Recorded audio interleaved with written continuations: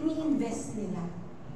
So, if you notice, hindi ko sure dito kasi normally nangyayari to sa private hospitals, hindi binabayaran ang PhilHealth.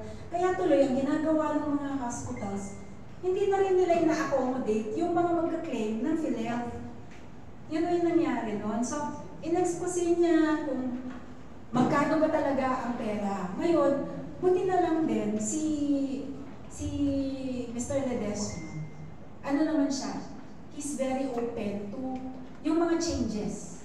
Siya ho yung nagsabi na, oh, okay to, dapat talaga, ang tao para sa tao. Ang perang ito, kasi di ba, kayo po, di ba, nagbabayad tayo ng PhilHealth. Yung kinakaltasan tayo lagi ng PhilHealth. So we expect na pag tayo nangailangan, meron tayong makukuha sa PhilHealth, di ba po? So yun yung isa sa mga talagang pinupush niya. Noon, na actually, as of now, 30% na ang ano natin, ang yung natin. Yes. Tapos, ang ano lang is, ang gusto niya is the zero balance. Zero bill. So, walang babayaran talaga. You know yung, ito yung next na inaano niya, nilalakad niya actually, na ma-experience man lang natin na pag nagkasakit tayo, hindi tayo mamumroblema. Kung ano yung saan tayo po ng pambayad, yun po yung ano natin. Yun po yung isa sa mga advocacies. Aside from, siguro isipin nyo, agri-party list kayo, ba't kayo nakikialam sa health? Pagdating po sa Kongreso, lahat ng congressman, cargo na niya lahat. Hindi lang, I mean, syempre may special ano on sa agriculture, gano'n. Meron tayo may special, parang hindi sa special treatment, but nakakonsentrate tayo. Pero, hindi natin pababayaan because congressman gumagawa tayo ng mga batas. Hindi naman pwede lahat ng batas na lang ang papakialaman. Pag may naisip ako, pero hindi yan sa agriculture, alam niyo naman, hindi napansinin, di ba? Especially on health. Kasi every time mo na umiikot si Wilbert, ang laging takot yung sa mga dialogue, takot ng mga tao is magkasakit. Siguro po kayo nga po nakamask. Siyempre natatakot kayo na magkasakit din, di ba? Ako mismo parang naisip ko kanina, magmamask ba ako or hindi? Kasi siyempre pag uwi ko, may matanda sa bahay. Yun o yung medyo worry ko lang. Pero sabi ko, pareho lang naman, siguro naman, COVID is past.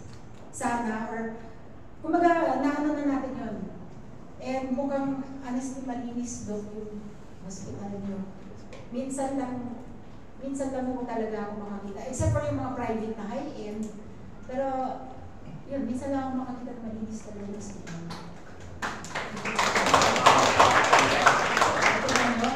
Talagang, actually, anyway, yun po, ayan, meron pa po tayong, sorry po ha, ang inaano rin mo sa PhilHealth na isama, kumbaga full, yung mga kunyari, chemo, di ba po, pag nagka-cancer, huwag naman sana tayo magkaroon, pero pag nagkaroon tayo, syempre hindi naman pwede, magkikimo ka, patsi-patsi, parang, okay, hindi pwede yung 1 month tapos, ay, after ano na lang, after 2 months, kasi yun parang lalabas ulit ang suporta ng PhilHealth natin.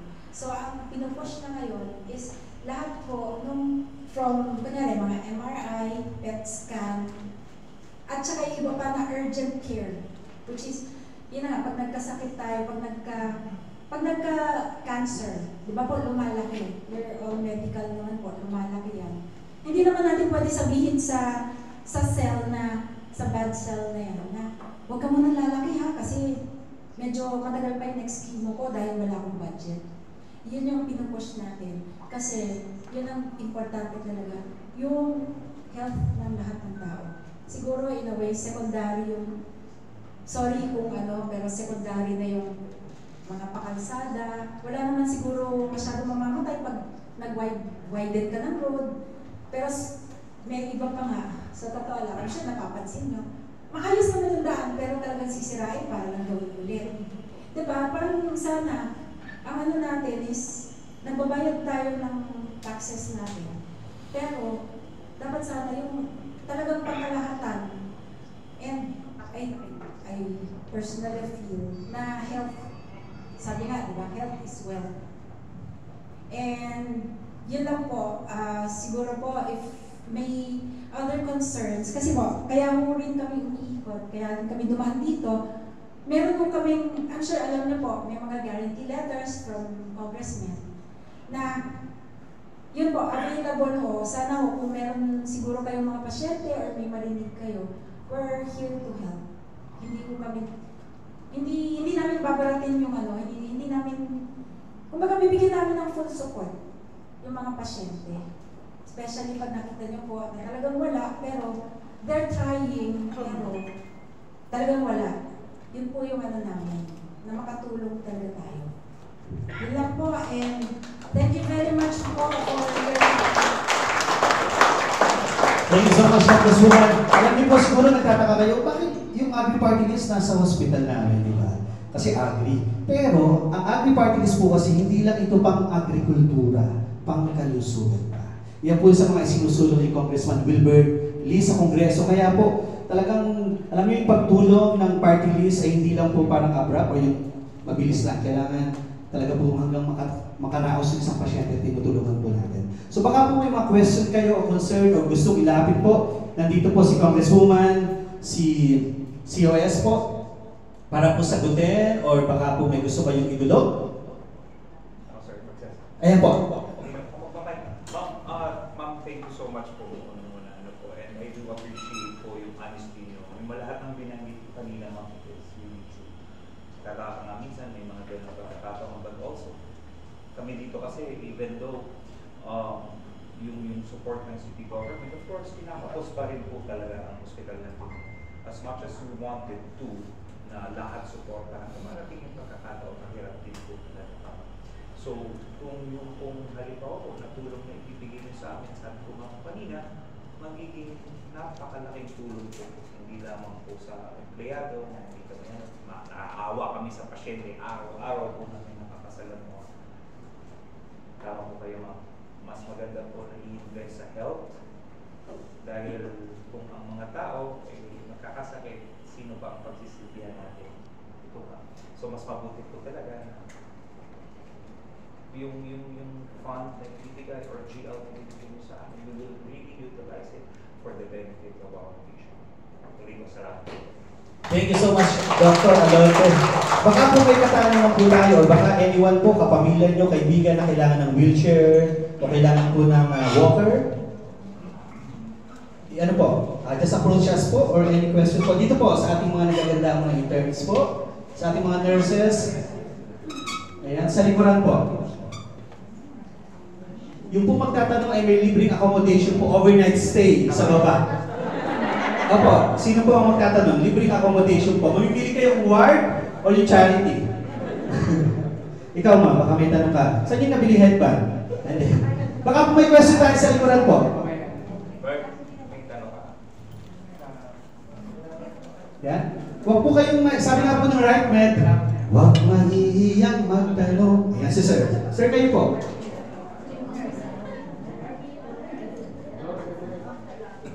Ayan to po, may tanong po. Okay po. Saan po? Ma'am, tayo po tayo. Sige po ma'am, tayo po kayo ma'am. Opo. Ma'am, tayo pa po. Ay, hindi, tayo na po. Ma'am, pangalan po muna natin. Saka department po. Yes, I will call you now. Ever po na may gusto lumapit kayo, kanina po dapat? Ano po kung ilalapit ma'am? Hindi pa yung mga katulad po yung sa mga... GL. Guarantee letter po. Hindi pa yung mga patient na... Mga pasyente po. Okay. Sikong? Okay po. Ma'am, I will call you now, Remy. Thank you po. Sikong po. Bali po, yung if you notice may mga nilagay po sila dyan, yung calling card ko, ito po, maximum 24 hours, dapat masagot kayo nung maximum na yun. Hindi kasi basta may sasagot po dito, email or yung cell number dito, buhay po na cell number to, hindi to fake. Kasi may iba po nagbibigay, hindi talaga makontak. At the same time, mas maganda may email kayo. Kasi yun yung trail din ng office. Tapos, pag hindi mo kayo nasagot, alam niyo mo ba kung sino ang mananagot? Sasabihin ko na po. Siya po ang mananagot pag hindi sinagot. Kaya, alam niya na every time na umiikot si Ko, binibigyan niya. Kasi po, lahat ng, wala kami yung pakialam, wala kaming inaano kung taga saan ka, o kung sino binoto mo, or sino presidente mo. Ang sa amin, itong mga tulong na to, kumbaga kami ang naniningil. Kasi galing sa gobyerno ang pera, sinisingil namin para sa mga tao. Kasi nga minsan, di ba, I'm sure na-experience nyo na rin na sasabihin, mag-request ka sa ganito, tapos pagkahaba-habang Requirement. ilang metro ang requirements. Ngayon, meron lang po talagang requirement for guarantee letters because pag sinubmit namin sa DOH yan, for the guarantee letters, for ano rin nila, for COA audit, maski naman, I'm sure alam nyo lahat naman talaga, ino-audit ng COA, para lang meron din silang support. Even DSWD, meron tayo. So kung meron na kayong kakilala na may nangangailangan, pwede po kaming tumulong. Yun na. Nasagot ko. Thank you po. Next question, ma'am. Ma'am, tayo po tayo. And pangalan po and department po. Surely po, pangalan. Ma'am, itatanong ko lang po regarding sa GL. Kung sakasakali ma'am na may susulat, through email din po, pati sa vision ng mga requirements. Ma'am, ako lang po ang sasagot. Okay. Ito na po yung sa process ng GL. Ang ano po kasi ni Congressman is kailangan mabilis, as much as possible, walang gastos ng pasyente o ang relative ng pasyente. In short, hindi niya na kailangan tumayo sa upuan niya at gumastos para lang makakuha ng tulong. Kasi pera na ng taong bayan niya. So, ang ginagawa po namin dito sa, makita niyo po sa calling card, may number po dyan, may email address, tapos may QR code para nandun sa Facebook account ng COM. So, pwede nyo pong ipadala yung requirements through email. Ngayon, ang mangyayari po dyan, once ma-receive namin yung email, tatawagan po namin yung pasyente o yung relative ng pasyente just to verify, confirm. Kasi kailangan din naman namin i-validate. Kasi alam niyo naman, may mga sindikato rin kumukuha ng guarantee letter. Sabi niyo yun. Once ma-validate namin yan, pa-process namin yung GL. And then once ma-release sa amin yung GL, iti-text na lang namin. Hindi na namin kailangan papuntahin pa yung pasyente sa office namin, bigyan pa ng love letter, etc. Tinitext na lang po namin yan dun sa phone number or mobile number na binigay sa amin para sa pasyente. And then tinatawagan po namin yung pasyente o yung relative to confirm kung natanggap nila yung GL code. So mangyayari, like for example, for Hospital ng Binyan, since mayroon kaming funds na ito-download na sa Hospital ng Binyan, pupunta na lang yung patient sa social case, social department o social worker. Social workers. Correct. And then, dun naman niya mababalidate. Bibigay na lang niya yung GL code. Kasi yung GL code na lang naman most of the time, ang pinaka-importanteng kailangan ng social worker. Apart from what is being requested by the social worker as requirements naman ng hospital. Diba? Like yung social case study, medical abstract, etc. So, yun lang ang kailangan, yun lang ibibigay namin. GL code, iti-text lang namin. So, kahit po nandito kayo sa Binyan, sa Manila ang processing, hindi po kailangan pumunta sa Manila. Ganun po yung process natin. Kaya, yung ano po kasi ni Kong, mas mapabilis. So, kami, ang timeline na namin dito, kaya sabi nga ni Congressman, dapat maximum 24 hours may sumagot. Pag walang sumagot, paktay na ako. Nabulungan tuloy ako. Paktay na ako. But ang timeline namin sa issuance ng GL, pag natawagan namin ng pasyente ngayon, pa-process din namin ngayon, the following day, hindi matatapos ang araw the following day, tinetext na namin yung GL. Ganun ka guys. Except for, syempre naman mga Saturday, Sunday, wala mang DOH at sa holiday. Diba? Kasi may mga nanghihingi ng guarantee letter kasi kailangan ng, I'm sure sir, doc, namin yun na, kailangan ng lumabas sa hospital kasi ayaw nang mag-approve ng additional cost. Nag-request sila Friday night o Friday madaling Saturday, Sunday, walang office, so walang magpa-process ng GL. So what we can do is actually talk to them and tell them, baka pwedeng makiusapan nyo na lang si hospital, mag-PM na lang muna kayo, and sabihin nyo na lang na may parating naman kayong GL. Yun po yung inaano namin. And yung iba namang mga hospitals in other provinces, in other areas, pumapayag naman sila. Kasi at meron namang existing mawala. Sa hospital ng Binyan, meron. Sa Laguna Doctors, meron din. Actually, isa sa hospital na may marami kaming dialysis patient in Laguna is Laguna Doctors. Kaya tinanong namin si Vice Mayor kanina kung later on ba dun sa construction ng inyong bagong facility, kung meron na rin bang dialysis center, and sabi niya meron na. So hopefully, makatulong din kami kasi believe me not, according to the recent news issued by the Department of Health, tumaas ng 35% ang may CKD sa buong Pilipinas. So medyo delikado. Medyo siguro nga sa hirap nga ng buhay siguro nauuwi sa instant ng mga Pilipino ngayon. Instant noodles, hotdog, bacon, which is kalaban ng kidney. So doon man lang makatulong kami nila sa office namin sa pangunan ng congressman at congressman. Doon makakatulong. So yung kung meron kayong mga patients, alam ko po, nag-iikot po sa hospital. So kung meron po kayo nakita dyan na sa tingin nyo kailangan tulong, i-ano nyo lang po sa amin, you spread the good news and tell them, oh, this is the number, you can call, you can text anytime, or just text, they will call, and we will be very happy to help them out. And normally, ayaw na ayaw ni Congressman, pag nagbigay ng tulong, ayaw niya yung half-baked.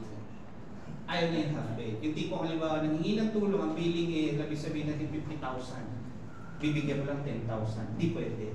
Kung 50,000, kaya naman, bigyan mo rin. Yun! Pero ang concern ko lang, ako may tanong naman sa inyo, Doc. Opo, sir.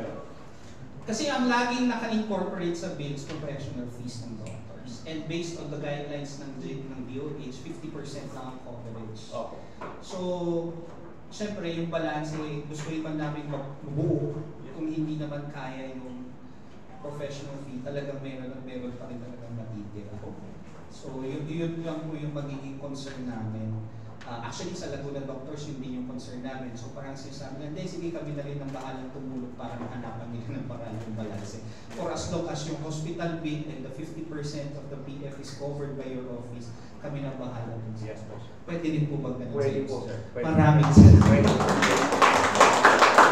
So, ganun po gagawin namin. And hindi naman po sa pag-iabang, believe me not, sa mga nagda-dialysis, isa sa fees namin sa may pinakamalaking binibigay na assistance. Hindi po kami bibigay ng 1,500 lang, 2,000. Ang isang session yata ng dialysis sa Laguna Doctors is, if not mistaken, 4,000. Yes. Pero binibigay namin is 5,000 per session. So nakadepende po yan dun sa pangangailangan ng pasyente. Kung ilang beses, yun po yun. Kung ano yung kaya namin ibigay for at least a month, yun. Yes. So ganun din po ang gagawin namin sa hospital. Later on. Yes. In the meantime po, may nagtataas ng kamay nakikita ko Sa likuran po yata, si Doc. Tanong ko lang po kung paano tinetry lang po kayo yung pati financial assistance. Good question, sir. Ang priority namin ma-maximize, kasi pwede namin download on the spot to the hospital is the guarantee letter. Because what we usually do, we request the Department of Health Central Office to download a certain amount of funds to the region and instruct the region to have it downloaded to hospital ng Binyan.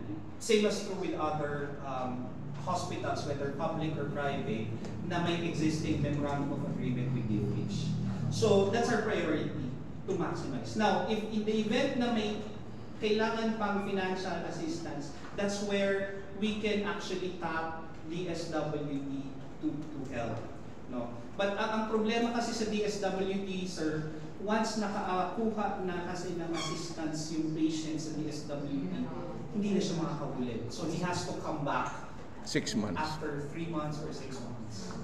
That's the problem. Unlike kasi po sa sa DOH Mahit Fund, kahit ilang beses kang bumalik sa office namin, lalong-lalo na kay Kong Wilbert, wala siyang pakialam kung 3 beses, 4 na beses ka na nakahingi sa amin.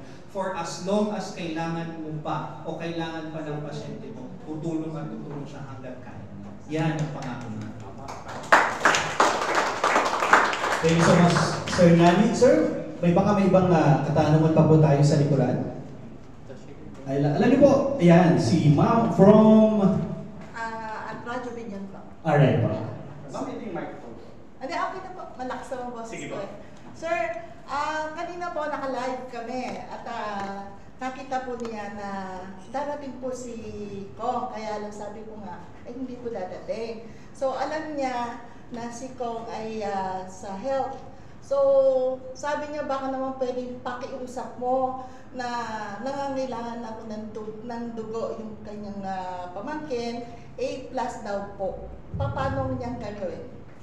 Tanong lang po, saan po naka-admit yung pasyente? Actually, hindi ko pa po alam eh.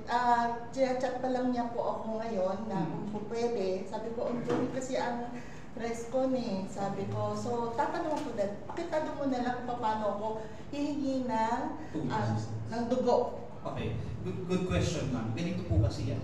Ang ginagawa namin, normally, Doc can actually attest to this. The process of actually requesting for blood is, it has to start from the attending physician of the patient because he or she is the one who knows what kind of blood ang kailangan ng pasyente. Platelet ba yan? Exactly. Type A, type B, B+, ano ba yan? Concentrate ba yung kailangan? And then, what we will be doing is, of course, kung wala naman sa hospital blood bank yan available, what we can do is we will inquire it to the Philippine Blood Bank in Quezon City if there is an available blood there. Normally meron. And may fee yun. So yung fee, kami nang sasagot kung kano lang naman yun. Depende. Depende yata sa yung rates sa dun sa kung kailangan. But mostly it's 1.5. Pero kung ano po, pwede po namin siyang tulungan. Basta ang ano po, yung request emanates from the attending physician of the patient. Hindi po kasi kami pwedeng dumiretso sa Philippine Blood Bank at sabihin, bigyan mo ako ng A+.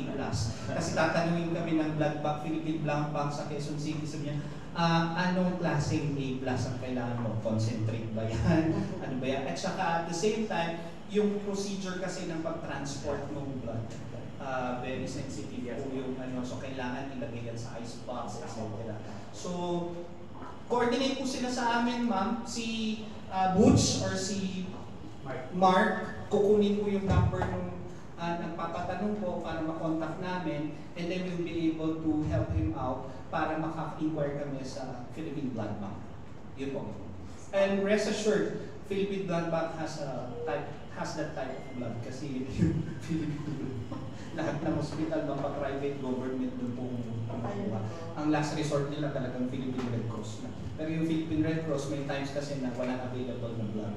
Pero meron din times na ginagawa ng Philippine Red Cross pag kami po ay nag-inquire, they actually call the different chapter of the Philippine Red Cross and inquire kung meron. And then kung meron doon sa chapter na yon, ikaw nang papupuntahin nila doon at ikaw nang magbayad at ikaw nang kumuha nila. Yun lang po. Alright. Thank you, Sir Nani. Siguro ma'am, yung request din, papakita natin kay Sir Mark or kay Sir Butch para masimulan natin yung pagtulong po sa inyong kamag-anak mo ba o kapitbahay po? Hindi, kaibigan ko. Kaibigan. Yan. Isend Thank ko you na po. lang po yung video tapos Yes, na ma'am. naman. Nakapulang lipstick din kayo, ma'am, ha? Opo. Kasi sa mga lipstick din kanina. Alam niyo po, mabilis po talaga. I-try niyo po. Meron po tayong QR code doon. Pwede niyo pong picturean yun. Then, makikita niyo po dyan yung mga details sa kailangan yung pinapad po. O, kaya po, follow and like po yung Facebook page ni Kong Wilbert Lee. Para po, pwede kayo mag-message po doon. And ito po yung sinasabi na meron po talaga kami parang call center po. Almost 24/7 po, may sasagot po sa inyo doon. Alam niyo po, bago ako pumasok sa party list, kamukha ko po yung nakagreen camera naman. Ganyan po itsura ko. Nung pumasok po ako sa Agri, humingi ako ng GL, nagpa-opera po ako, naging kamukha na po ako ni Jericho Rosales.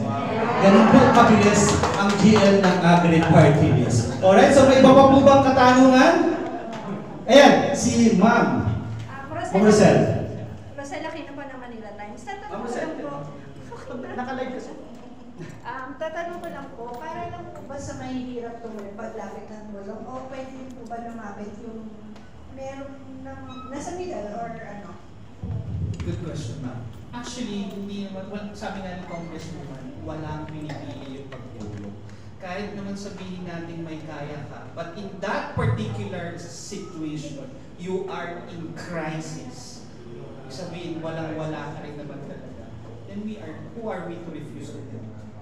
Yun po yung sabihin. Ikwento ko lang po regarding that. Nung magkasakit ang tatay ni Wilbert, that's our situation.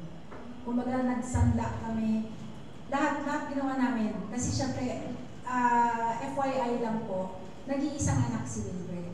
So talagang lahat ng pressure na sa kanya, paano niya, kasi cancer ang naging sakit ng dad ni Wilbert. So, yun, talagang sobrang lahat kami, medyo ngarag kami. So, saan kami kukuha ng pera? Maski paano, meron naman kami naipundar, kaya lang, hindi enough. Kaya nga kanina na-mention ko rin tungkol sa cancer. Cancer ang kinamatay ng dad ni Wilbert. Kaya ko na-mention kasi not because may pera ka, kahit anong cancer, kaya mong ano. Kumaga, mahirap. Yan ang pinakamahirap na sakit kasi I'm sure everybody knows. Yun lang po. So, anybody, tutulong at tutulong kami. Thank you po. Alright. Ma'am Rosel, sagot naman po ang katanungan. Thank you po. Ma'am. Pakilala po ang department po. Sige. Shirley. Makitatanong ko lang po, kapag lumapit po at humingi ng tulong sa inyo po, kailangan po ba basically taga-Laguna lang siya? Or kailangan po ba ay isa siyang botante? Actually, yun yung laging sinasabi ko. Hindi ko kayo tatanungin kung sino binoto ng presidente, kung sino binoto ng mayor, vice mayor, o kung ano man. Kahit saan pa ho kayo, tutulong mo kami. Basta Pilipino kayo. Hindi pa ka kasi sa taga-Tarlac naman. Seriously, taga-Tarlac. Pero anybody po, tutulong kami. Thank you so much po. Ayun po, anybody po, basta